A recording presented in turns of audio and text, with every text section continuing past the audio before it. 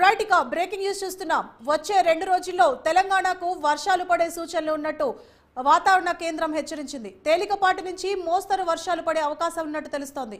ఇక గంటకు 30 నుంచి 40 కిలోమీటర్ల వేగంతో ఈదురుగాలులు వీచే అవకాశాలున్నాయి.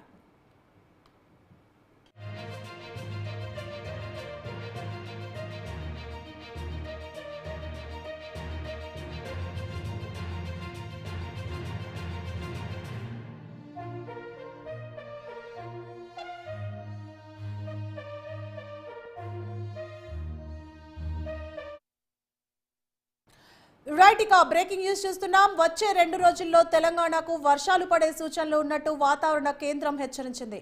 తేలికపాటి నుంచి మోస్తరు వర్షాలు పడే అవకాశాలున్నట్లు తెలుస్తోంది. ఇక గంటకు 30 నుంచి 40 కిలోమీటర్ల వేగంతో ఈదురుగాలులు వీచే అవకాశాలున్నాయి.